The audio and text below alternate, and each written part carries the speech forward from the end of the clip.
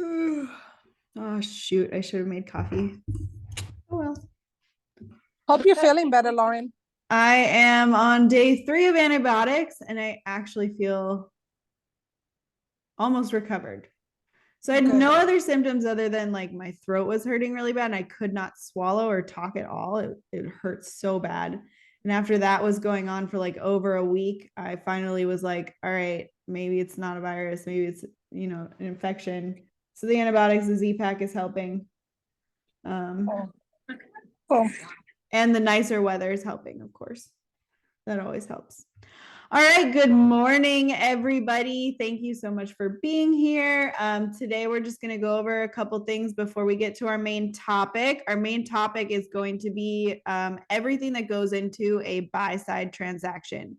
So if you guys ever have any questions throughout the whole presentation, just unmute yourself and ask or put in the chat. I'd love for you guys to actually be involved.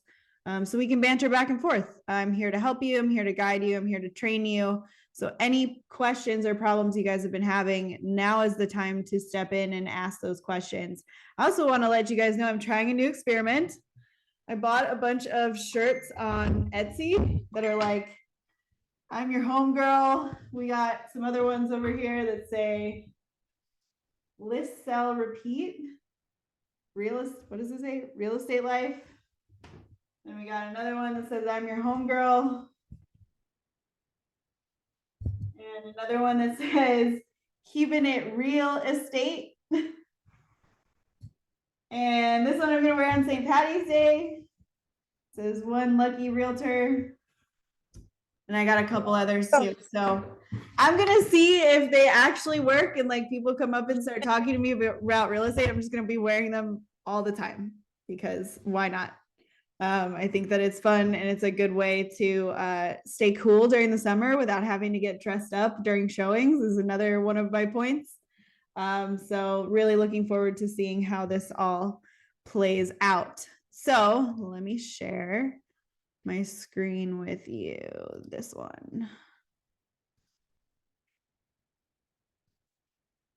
Can everyone see this? Is it big enough? All right, so this is the note that if you are on the Inner Circle training program, I have all of you guys share this note with me. I want to be able to step in and help you with the transaction at any point. I want to know exactly what's going on so that I can just look at the note and follow along and see exactly where you are in the transaction. So if you guys have had a transaction at Winning Realty, you have received what's called a welcome email. I developed that maybe 2 years ago, and then we just implemented it for the whole brokerage. But the origin story of that is I needed to follow along when I have multiple transactions going on, and I need to make sure that everybody is on the same page. So I put together the welcome email, and it basically has all of the same information that's in this note. So up here, I have the buyer, and then I have his name. I have the address, Tropical Toucan, then the list price, what the offer price was. Then once we're under escrow, I put the escrow number so I can reference it in files when I'm sending emails and stuff. And then I like to know, what the commission is and where it's coming from. The seller is paying 2% and my buyer is paying 1%. Down here, we have and this is good to have for reference because when you're getting multiple, what are they called? Commission orders, and you're signing them off. I like to make sure that everything's right. I think one of the most inconsistent things with title is when they don't have the commission correct. And when my buyer is paying a portion and the seller is paying a portion, I want to see that on the commission order to make sure that I'm paid properly. So after that, I just go down here and I fill out the contingency periods. So before the assistants did this for us, I actually calculated them and had them all right here so that I know exactly how long my clients have for different contingency periods. And these are all of the contingency periods and dates that I need to pay attention to within a transaction. So the second you go under contract, the seller has accepted, you've gone back and forth in negotiations with the seller, maybe you've had a couple counter offers, You then come over here and you fill out the contingency periods. Now the assistants will fill this out for you. So once you get that welcome email, you just kind of plug in the dates to the note. But this one, accepted offer date was 3/8. The EMD is due in 3 business days. I like to put, what date is their last day so I can help keep my client on the same page. The due diligence is 10 days. The appraisal is 21. It ends on this day. Loan is at close of escrow. Walkthrough is 2 days before close of escrow. And then in the additional terms section, I put anything that was laid out in the additional terms. So, or I like to put what the seller concessions are here. Seller concessions are very common in today's market. So we're getting our buyers some great deals over here. And then I like to put all of the buyer's information because title will message you on the first, right when you open the escrow. Title will message you and say, hey, what's the commission? What is your brokerage fee? And what is your buyer's information? So I can send them the escrow and wiring instructions. And then we come down here, I put who the buyer's agent is, who the lender is, who title is, who the seller's agent is, and all of their contact information. So this one specifically is with Opendoor. So it's kind of difficult to deal with them. They have tons of points of contact, and a lot of them don't talk to each other or know what's going on in the transaction. So I like to put all of the emails here. So in case I need something done or need to communicate with the seller, I'm like, what is their email? I'm not looking through my email to find all of the emails to communicate with. They're all right here. And you guys will have this if you're not on the Inner Circle mentorship program. You can actually get this all from your welcome email. And that's why we developed it. So a lot of your confidence may come from actually knowing what to do. So a lot of you guys, if you're new, you'll be like, I'm too scared. I don't know what to do. What if I get under contract? What happens then? And maybe your clients are asking you questions along the way. So if you don't know what you're doing, it shows in your confidence and the way that you talk to your clients. So that is why we're going to go over this today and make sure that you guys are confident with the buyer side transaction. Because most likely, if you're new in real estate, you're going to be targeting buyers. That's because you're talking to people through open houses and different forms of communication. Once you get that buyer SOI built up and have some closed transactions, that's when you usually start to get some sellers, because the people who bought will come back to you and be like, hey, I need help selling my house. Now, it doesn't always have to go that way, but that's just usually the normal progression of real estate, unless you're specifically doing cold calling and targeting for listings.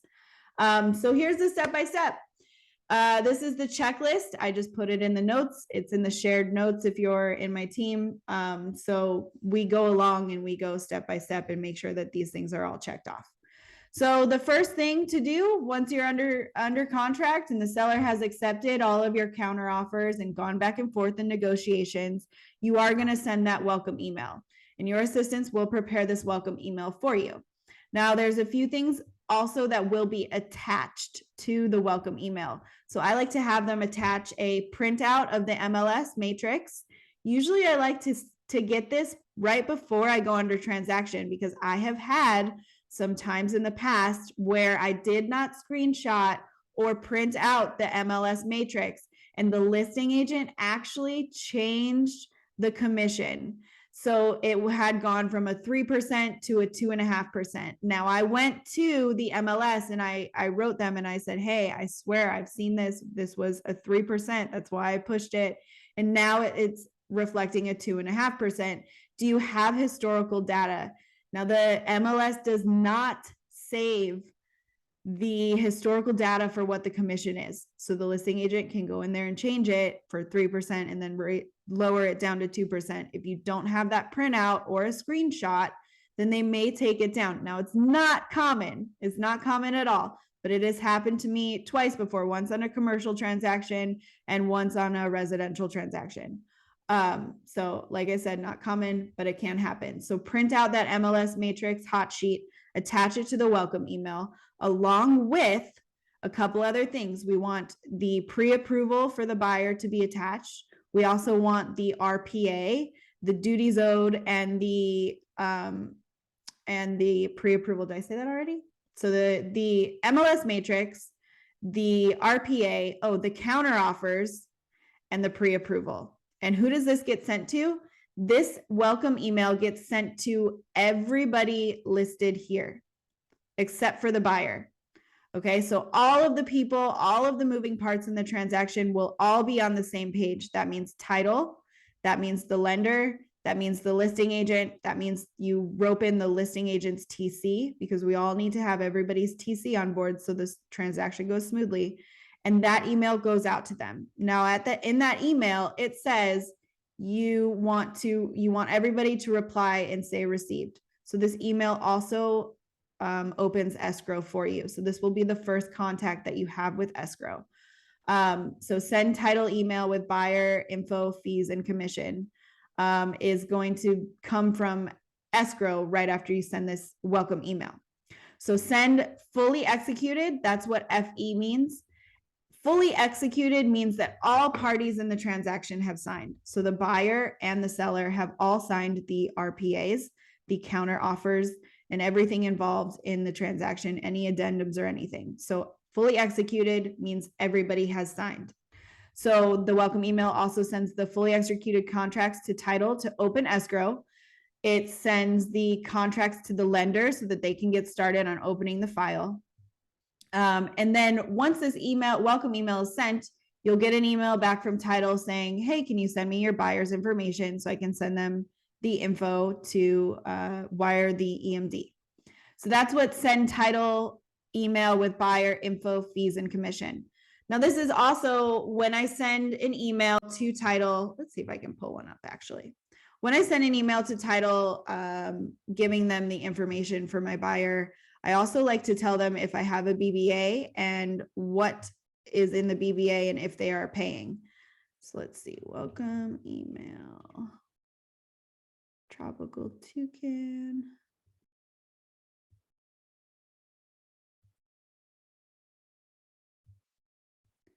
New share. We'll go here.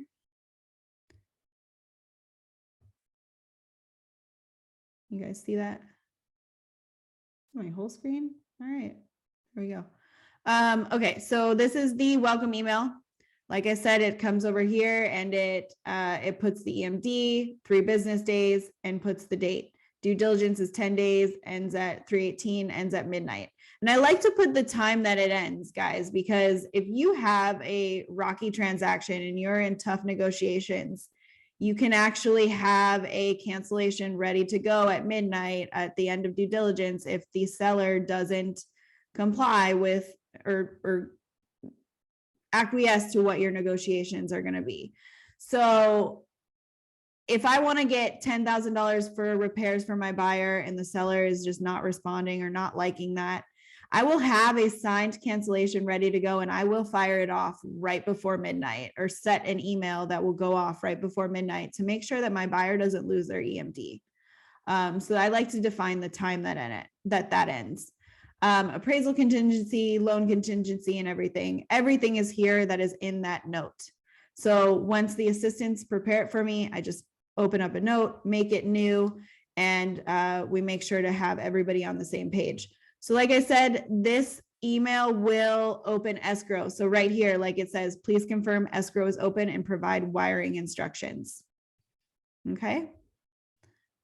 So then everybody replies. Make sure that everybody got the email. So, and obviously everything attached is the RPA, the counter offer, the matrix printout, and this person put the SRPDs because we had already got them. Let's see now, tropical toucan. Fire.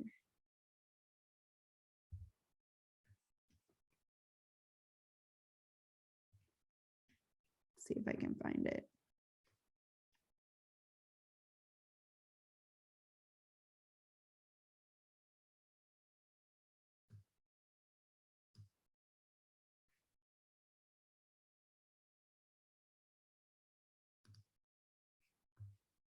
I think this is it.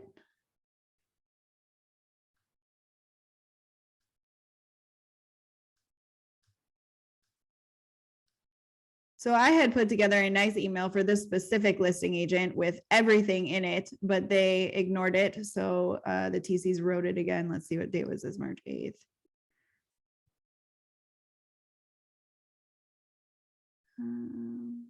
Here. Nope. We'll just go to the last one. So this is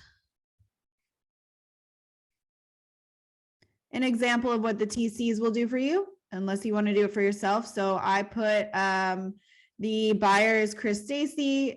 His email is there. His phone number is there. So title can reach out and wire those instructions. And then I put the commission, the buyer side. So the buyer's agent side is 3%. 2% is coming from the seller and 1% is coming from the buyer. Transaction fee is $95 or $495. And they have attached my buyer BBA, the buyer brokerage agreement, to show them that the buyer has agreed to pay that extra 1%. Let me go back to my note here.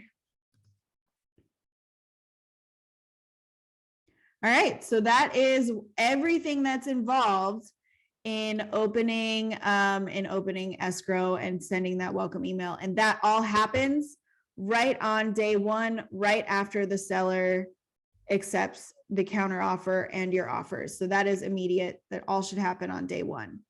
Now, the next thing, what is our first contingency date? So our first contingency date is the due diligence.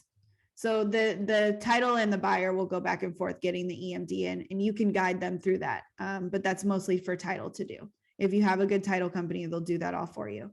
Due diligence is our first contingency date. So 10 days in, 3/18. It's only, what day is it today?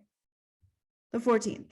So we have 4 more days for them to respond. We have already gotten in the repairs request here. But the first thing after you go under contract that I like to do is reach out to your inspector. My inspector that I've used my entire career and is super amazing. I call him Bill Nye, the science guy of inspections. His name is Jeremiah. And what I do is I put my client and Jeremiah in a group text together. And I say, hi, Jeremiah, this is my client, Chris Stacy. He just got a home under contract at, and then I put the address, and then I give him the details. I say home is vacant or home is occupied, and I need to schedule the inspection, and I tell him any details that he needs to know. And I say, when can you schedule? Then Jeremiah will come back and say, I'm available Thursday at 9 a.m. Does that work? If the home is vacant, I say, yes, go ahead. Home is vacant. He has Century Key access, so he can get in there. Say home is vacant, go at that time. If the buyer wants to go to the inspection, I let the client know in that text. I say, hey, Chris, just to let you know, it is not mandatory that you attend the inspection. If you do choose to go, my inspector requests that you go at the end of the inspection to do a walkthrough with him. But if you can please come at the end, because he doesn't need anybody there the whole time. He is going to be doing the inspection and won't be able to assist you with questions or anything. And we want to make sure that he can get in, get his job done, and then get out. So we do ask that you come meet him at the end if you want to see. So then they go back and forth if they want to schedule with each other. And then if the home is not vacant, I have to go back to the seller and say, hey, Mr. Seller, is it okay if Thursday at 9 a.m. the inspector shows up? Then they say yes or no, and we proceed with that. So after all that is done, it will get a little bit quiet until your inspection report is sent to you. So then you come down here, you say, okay, schedule inspection, and inspection is scheduled. It was scheduled for 3/10. So I just like to put the date here so that I know. I also put it on my calendar so that I know if I'm in the area of showing homes or I'm able to attend the inspection when my buyer goes there. If my buyer is going there, then I like to show up just to show face and deepen that relationship with my client. So I checked schedule inspection. So the SRPD should come within 4 days of opening your contract. Sometimes it does, sometimes it doesn't. I always like to ask the listing agent for it, but this is a required document from the seller, so it is on the to-do list. The SRPDs are the seller real property disclosure forms. If you are a listing agent and you have to have your client fill out these forms for you, you cannot help them with anything on it. So I can tell you that about 90% of clients will fill it out improperly. It is just like 5 pages of very tiny, close together check boxes. There have to be over 100 of them. And so sellers just like to go down and they're like, oh my God, I'm dizzy from looking at all this text on this document. So when they get to one that is about the HOA, they usually fill it out improperly because they're just used to going down that column and checking no. So I do like to review these SRPDs from the seller when I am the buyer's agent. And a lot of times I'll see, oh my God, it's in an HOA and they checked the wrong thing. So I'll go back to the seller's agent and I'll say, hey, it was filled out improperly. Can you please have them redo it? Also on this SRPD, you can see if they've had any previous problems with the home. So if they've ever had a leak that's been repaired and I see that in the house when I'm walking through, I like to look on the SRPDs and be like, hey, where is this? They obviously know something about it. I see a patch. I see it painted over. Like they've got to know about it. Let's figure out what's going on there. So that's just something that I like to make sure for my clients. So after we review the SRPDs, your inspection should be back within 24 hours of it being completed. Jeremiah gets me these forms very quickly. So after that, I like to check inspection complete. And then I prepare the request for repairs with my client. So I also like to keep everything in this note, everything in this transaction. I wish there was an app for this. I feel like this would be an amazing app and so many agents would use it, but my notes work perfectly, so I can put everything right here. This is the list of repairs that my client would like to have done.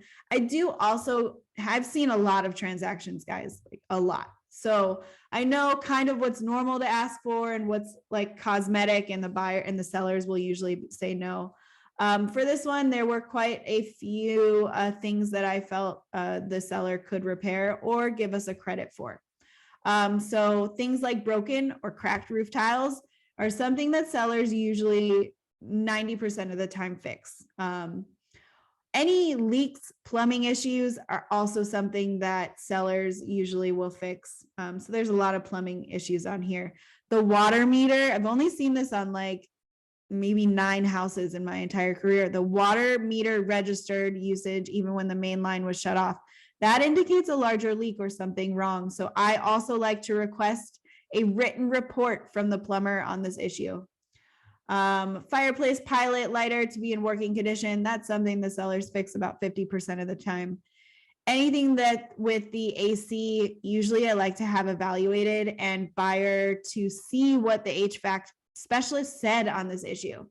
HVAC problems can be very expensive, guys. So we want a written report. We want everything in writing, and we want our buyers to be able to review it and decide for themselves whether it's something they want to take on or not. Pool pump issues, sellers fix maybe 75% of the time. And then water pressure issues are also with the pool pump issue. So I would take this, I would go to your transaction website where you request from the, I'll show it to you. You request your assistants to write this for you. And the way that you do that is come over here. Let's do a new tab. You go to your TC form. I have mine bookmarked. You go to your TC form over here and you wait for it to load.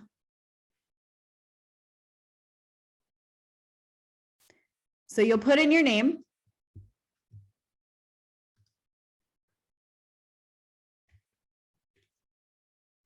And everything that you could ever ask from your TCs is here. And if it's not, which is rare, you just come over here and you put other. But for this one, we're doing a repairs request. So we'll just put repairs request here.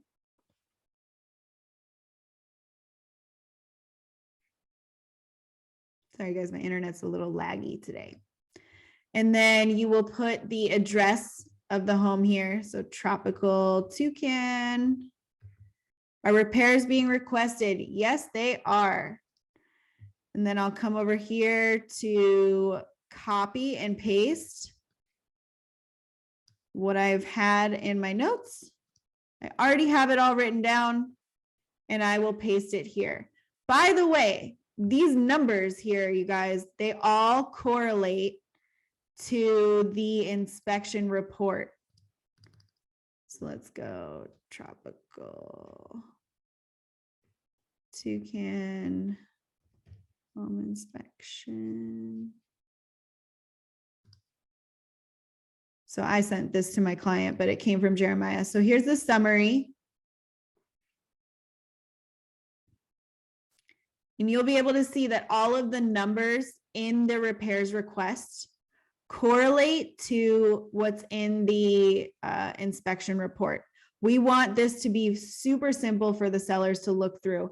If you guys just send a list and they need to go through the inspection report with a fine-tooth comb and find where it said roof and then go back to the inspection report, back and forth, it's more work for them. And psychologically, this is where your psychological sales tricks come in. Psychologically, it's going to be hard for them to see that this may not be as much work as they think, because they have to do so much work to just find what you're actually asking for. So as you can see, roof flashings 1.1, it has a nice picture here. It tells you exactly what's wrong with it. And they come over here and it says 1.1 right here. Okay. 1.102 is actually one that is at the end of this. So this one was a red. So everything in orange in Jeremiah's inspection reports are like something that he's trying to bring your attention to and that may need your immediate attention. Everything in red is, yes, we need attention to this right away. So if it will load, I'll show you. Come on, come on.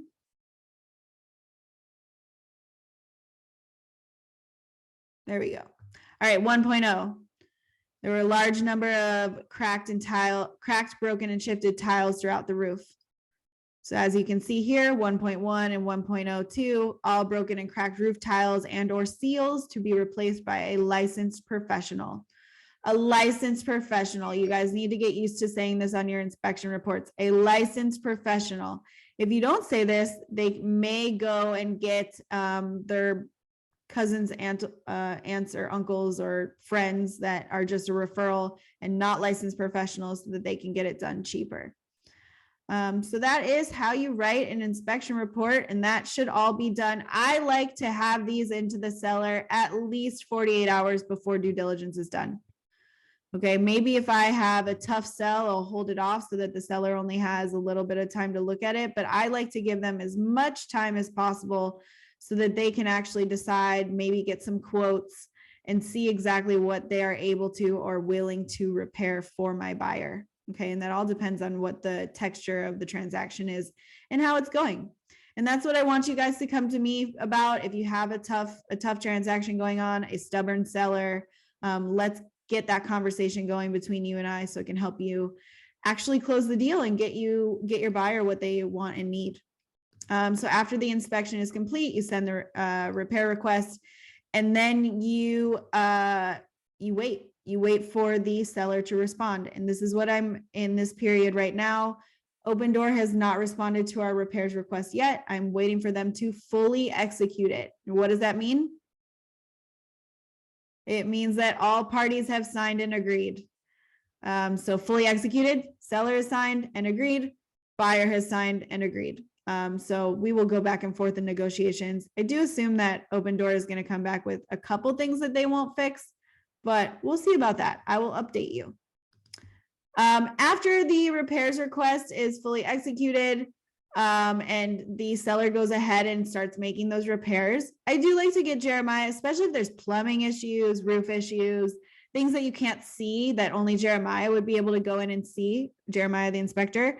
I do like to order a reinspection. This usually is at a fee, a small fee, maybe $100 to your buyer. It is possible that if your buyer doesn't have the money for this, you can ask the seller to pay for the reinspection fee. I've had a handful of sellers pay for reinspection fees in the past. And it's usually when it's their mess up. So like if they haven't had if they didn't keep the gas on or all utilities on, and I have to pay, and my buyers have to pay the inspector to go back out there, I'll be like, hey, Mr. Seller, it is your fault. My inspector does need to be paid for his time. And they do need to go back out there. So do you mind sharing in the fees that it takes? You know, it is your fault that they do need to go back out there. So reinspection happens after all of the repairs have been completed and you get word from the seller that they've been completed. I do like to get receipts, quotes, and invoices from the listing agent on all of the repairs that have been done. I can then pass those along to Jeremiah and let him know exactly what's been done. And he goes and he just checks those things that are supposed to be repaired. So the reinspection can be done anytime after the repairs are done. So this can happen 10 days in, this can happen 15 days in, this can happen right before your walkthrough. We do like to see that the reinspection has had all the repairs completed and are up to par. Otherwise, if you don't get the reinspection done, you can go, and this is what the walkthrough is for. So you can go during the walkthrough and see that the seller has made all of the repairs. HOA documents. HOA documents are super annoying and they take forever, and I never understand why. They're super expensive for sellers. It's usually anywhere between $175 and $200 for the HOA resale package and then the HOA docs. So there's two different things that a seller has to pay for, and each one is between $175 and $200. So they're going to come out of pocket about $400 to actually give the HOA documents and everything to the buyer. HOA docs are ordered by my title company. Not all title companies do it. I've found about 50% of title companies do it without your request, but usually the title, I like to have the title company do it so that it's done right.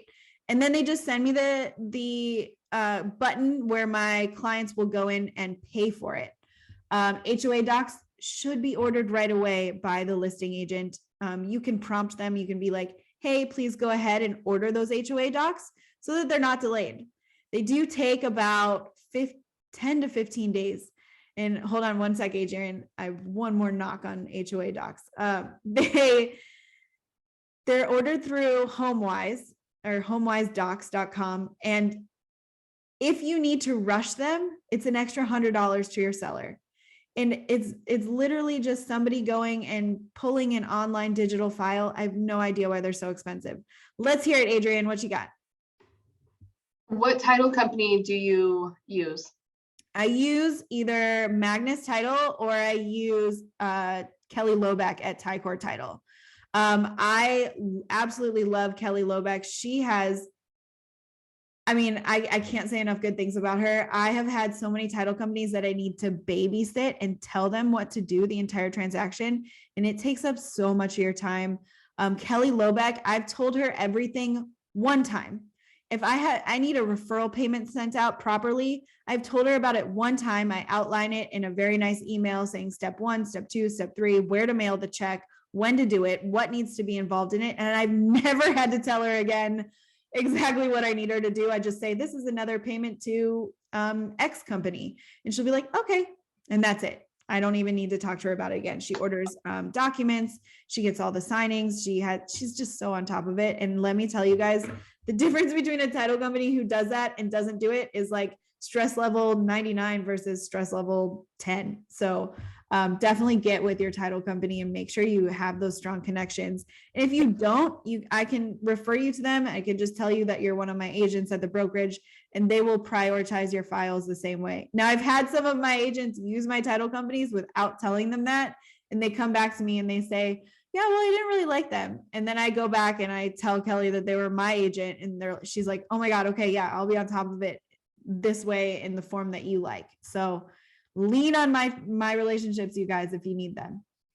Yes, we're going to need some contact. We're going to need some little contact information there. All right, let's do it. I'll get you her contact info.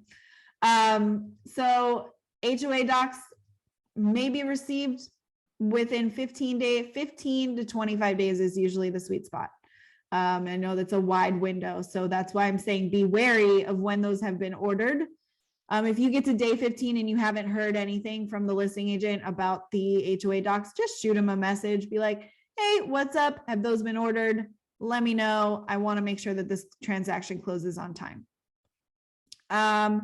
So the next contingency, we're going to come up here to Appraisal needs to be done within 21 days. So done means appraisal has been ordered, appraisal has been received, and if needed, appraisal has been renegotiated. So I like to have these as separate. I'm going to point to my screen with my hand. Appraisal has been ordered. So you make sure with your lender, if you have a close relationship with them, they will let you know, hey, appraisal's been ordered. Your buyer will have to pay for the appraisal. It's anywhere between $550 and $700. So you may hear from them about it and have some questions about that. Appraisal ordered to appraisal returned is usually about a week. Appraisals need to be ordered. If you guys were in my last meeting, we talked to the appraiser. Appraisals are ordered through a third-party company. So back before 2008, appraisers and lenders and agents were all in bed together. They all knew each other and they were like, hey, I'm going to sell this house for 500 and it looks like it's only worth 400. Let's make this happen. So they could all get in bed together and collude on the price. That is not allowed anymore. The lender goes to a third-party company. The third-party company randomly chooses an appraiser, and that appraiser then gets that order, goes out, and then takes a few days to get that report back to you. So that could take about a week. So we want to know the appraisal is ordered, especially with shorter appraisal timelines, which were common in the pandemic. Not so common anymore. We're back to regular transactions, but you want to stay on top of that. So I will check this off because appraisal has already been ordered, and it is going to be returned today. So I'll let you guys know what that came in at. This is an open door property, so I'm super curious. They may have slightly overpriced it by like 5,000. So we will see what this comes back at. So appraisal returned. Once the appraisal is returned, you will be able to review these documents with your buyer. Now, there's a few different ways that this could go. If the appraisal comes in higher than 472, which is the contract price on this transaction, if it comes in higher, I will not tell Open Door. I will go to them and use the term, the appraisal came in at value. We don't want the seller to know if it came in over, because if we're still in negotiations for the inspection and the seller sees that it came in over value, what do you think they're going to do? Come on, let's hear it. What do you think you got? What do you think the seller is going to do if they haven't responded to your repairs request? They see this long repairs request, and then they find out that the appraisal came in at 480. What do you think they're going to do? Unmute yourselves. Raise the price. Well, they can't raise the price, but what do you think they're going to do with the repairs request? They're going to ignore your repairs request. They are. They're going to come back and they're going to think to themselves. They're going to be like, well, they're getting what? $8,000 in equity, and this is $3,000 in repairs. Why would I do that? Okay, I'm already selling my home for undervalue. Now, this is a corporation, it's Open Door, but if I'm actually dealing with the seller, these are the thoughts that they're going to have. And a corporation is going to probably be even stricter on that. So we don't want to let them know the results of the appraisal until after first of all, after they respond to the repairs request. And second of all, after we have, did my video disappear? Oh, there it is. After we have the response back from them. So if it comes in over, we never tell them that it came in over. We tell them it came in at value. Okay, so then if it comes in under, this is where the fun part comes in. If it comes in under, we get to go back into negotiations for the price. So we offered 472 on this home. Now, if this appraisal comes in at 470, after we negotiate repairs, I'm going to go to Open Door. And since we have time, we have a lot of time. The appraisal doesn't end until 3/29. That's 11 days after due diligence. We have time to go back and renegotiate the price. So if it comes in at 470 and we offered 472, I'm going to go back to Open Door and I'm going to say, hey, the appraisal came in at 470. My buyer is not willing to come out of pocket. We need your seller to come down. And 99% of the time they come down.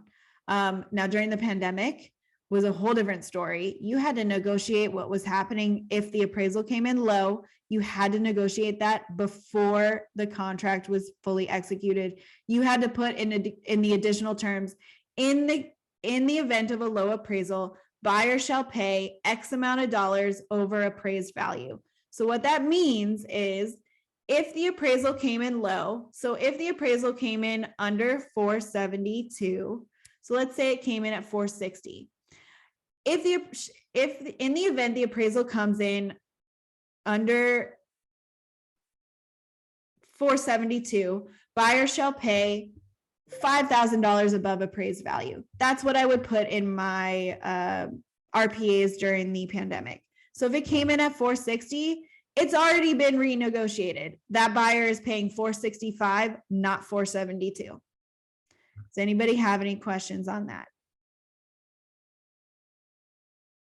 Oh, if the listing agent is asking for a copy of the appraisal, are we supposed to give them a copy?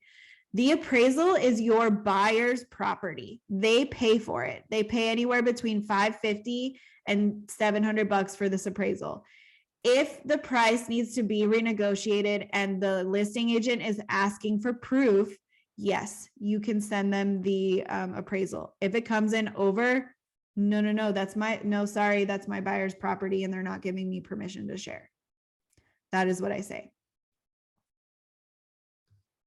All right, so after we get the appraisal back, we renegotiate the price. We want to order that home warranty or make sure that the assistants have done it for us. So the assistants will do this for you. And if you want to do it yourself, let me show you how to order it. Let me pull this up here.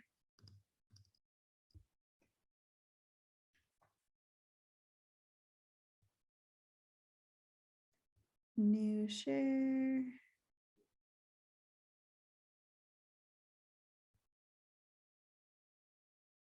There we go. So here is how I order the home warranty. So this one is, so we have two options in our TC form. Let's go back over here. I'll show you. When you are writing an RPA, the home warranty is negotiated in the offer. So what the way I like to word this for my buyers is I say, I say, hey, Mr. Buyer, what I like to do for all of my clients is I like to get them, I like to negotiate the home warranty to be paid for by the seller. So I'll do the same for you. So when we're writing the RPA, we come over here, we put in our name, then we click duties owed, BAC, and purchase offer. So down here, let's see, is the home warranty. So this is in the RPA. And so right here, it says dwellness home warranty, seller will pay, dwellness home warranty, buyer will pay. Fidelity, seller will pay, fidelity, buyer will pay. These are just the two options. Our brokerage has established well-known relationships with these two companies. So they're on top of it for us, okay? And honestly, what I'd like to tell my buyers is all home warranty companies suck. So if you want your own, please do your research and read the fine print on all of them. I have gone through and found that these are the best of the worst. So please read the fine print. And I would like you to go with mine. If you don't want to go with mine, I don't know as much about them, but let's figure it out. So if you want to put other, they can choose their own. But I like to put dwellness home warranty, seller will pay. So that is done here in this. And then when you go to order the home warranty, this is the information that they need. And this is the template that your assistants will use. I wrote this particular one last week for a different client that already closed on this property, 5 days ago. So it says, good day. I hope this email finds you well. Buyers are closing tomorrow. Please reach out to them and get this done ASAP. CC a copy of the receipt to me and title. Me and title and my TC. Okay, so you put the property address, you put the buyer's information, and you put the title company that you want them to email it to, note the close of escrow, and who is paying for the home warranty. So this one in particular, the buyer's paying cash. Usually when buyers pay cash, they buy their own home warranty because they're getting so much off the list price. Does anybody have any questions about how to order the home warranty? Nope. All right, moving right along. So right now we should be about 18 days into the transaction. And this is when I like to tell my buyers, it's going to get a little bit quiet because what's going on? What's the next contingency? Does anybody know? Next contingency is the loan contingency. All right, so what contingencies mean is your buyer has a chance to get back their EMD. You have to get these things done within these contingency dates or your buyer's EMD, earnest money deposit, is at risk. One of your jobs as an agent, once you're under contract, is to protect your buyer's EMD. There's nothing that will upset a buyer more and get you bad reviews on Facebook, Instagram, Google, wherever you have reviews, is if you lose your buyer's EMD. Stay within your contingency dates. That's why it's so important to be organized and on top of everything, and know that these dates. So let's say that you can't negotiate repairs with the seller. Your buyer isn't accepting what the seller is saying. You can back out within that contingency period. Your buyer gets their EMD back. Let's say the appraisal can't be renegotiated. The price, you guys can't agree on it. Buyer and seller can't agree. You can back out, get your buyer's EMD back within that appraisal contingency. Next one is the loan. If your buyer, for some reason, went out and bought their son, their daughter, a car, and no longer qualify for that loan, you can back out and get your buyer's EMD back. Okay, so right now, this contingency period is where it's going to get pretty quiet, and the loan officer is just working on that loan for you. Now, something tricky that we put into a lot of our contracts, it's just automatic. You have to ask your agents, your TCs, to switch this if you don't like it. We put loan is close of escrow. That's what COE means. So that means they have until close of escrow, no matter where that date is moved, to qualify for that loan. And it's come in handy a handful of times when writing contracts, and a lot of listing agents don't counter it out. I would say about 30% of listing agents don't counter it out. You guys, if you get this and you are a listing agent, counter this out. This is heavily in favor of the buyer. They have until close of escrow to qualify for that loan, and they can basically have, run up their credit on purpose if they end up not wanting to buy. So right now is just when the lender is going back and forth with the buyer saying, hey, give me these documents. I need those documents. I need to rerun your credit. I need to send this to underwriting. I need to, do all of the things that a lender does.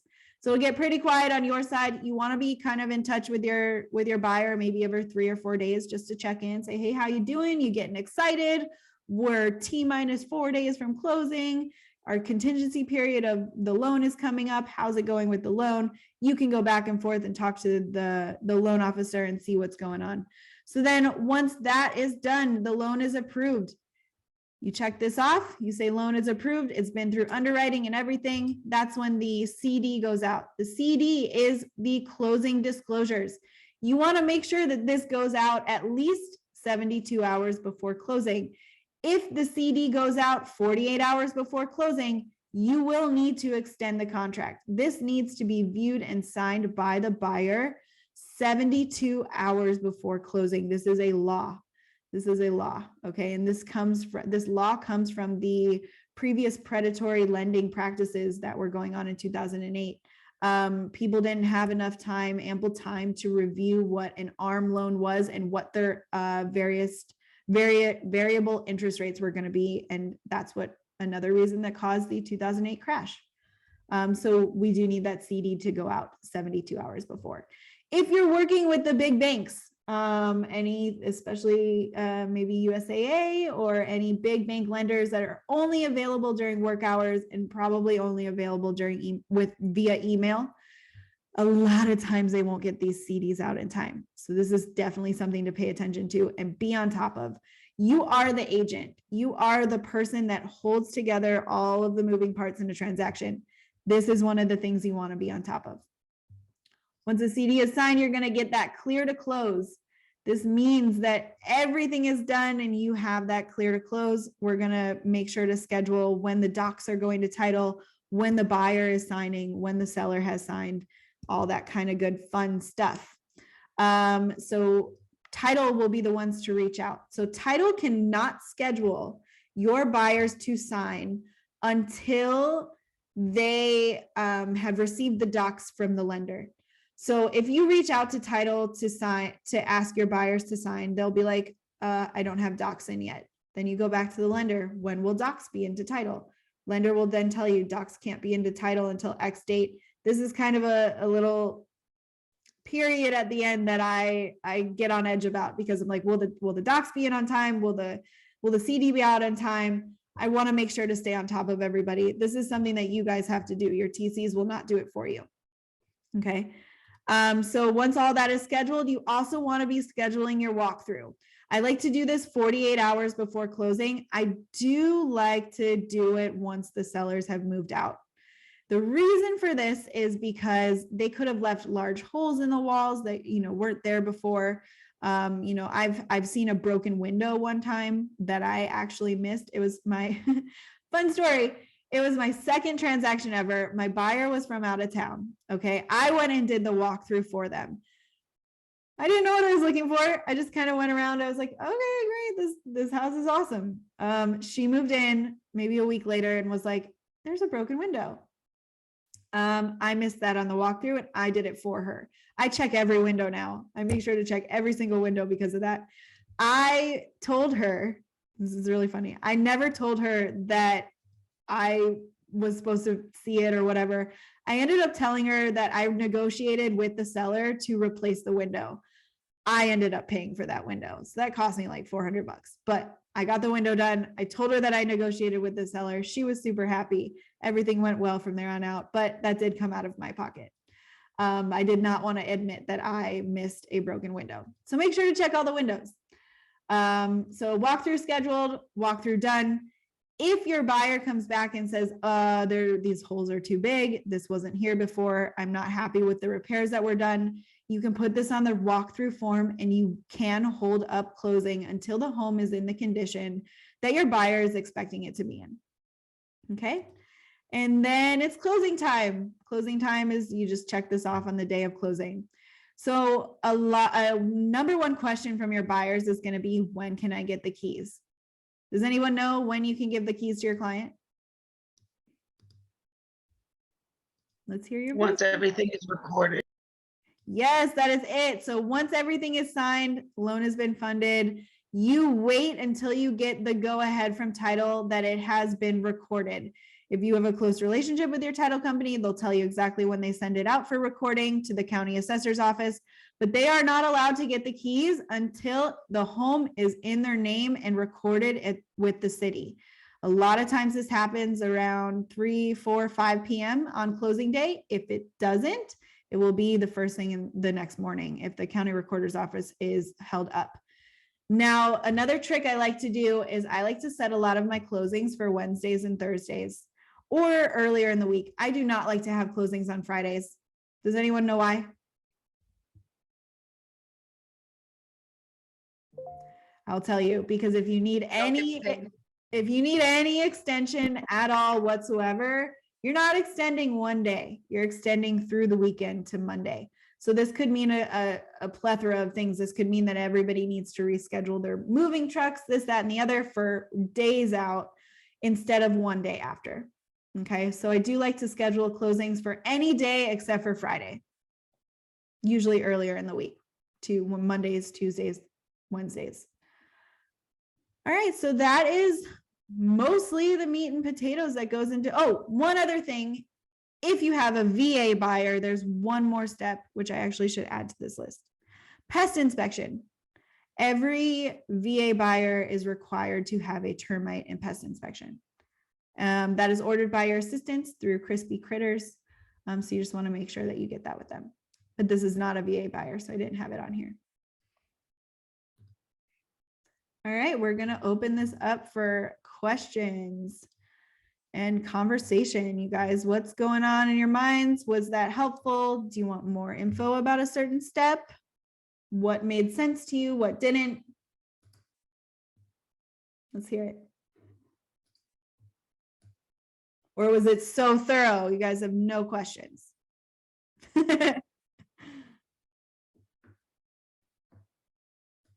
Has anybody had a buyer side transaction yet? Yes, and I wish you would have did this class like a year ago. It would have saved me like half of my hair. Yep. Oh yeah, it can get super messy if you're not organized.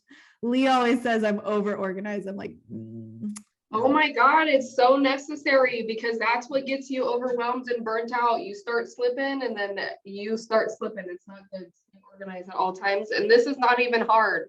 What you showed is just so easy. It's in your notepad, in your phone that you're on all day. So easy. It's not like you have to log into anything or you have to go select a bunch of crazy buttons. It's just like filling in data to keep you on track. And then, you know, once you miss something in your transaction, like an inspection date or something to do with due diligence, your client's going to look at you like, what? I'm scared to death. And you only get one chance. Once that trust is broken and they see that you're a mess, it's just not going to go. oh yeah, I know. And then it's like nerve wracking not knowing like if your clients are going to miss their dates or whatever. So it really, really helps you just keep everything on track and nice and clean and organized. I love it. Yes. Okay, I'm running to Lee's class at Tycor. Thank you. You're the Also, best. Adrian, Lee and I What? have some big things in the works that I think we're going to need your help with. So you will be using these notes. Yes, I love it. I'm here for you guys. All right, I'll talk with you later, Lauren. Thank you. Thanks, Nails bye. look cute. You look cute. I appreciate Thanks. you. Thanks. All right, anybody else jump in, join the conversation? Has anybody else had any buy side transactions?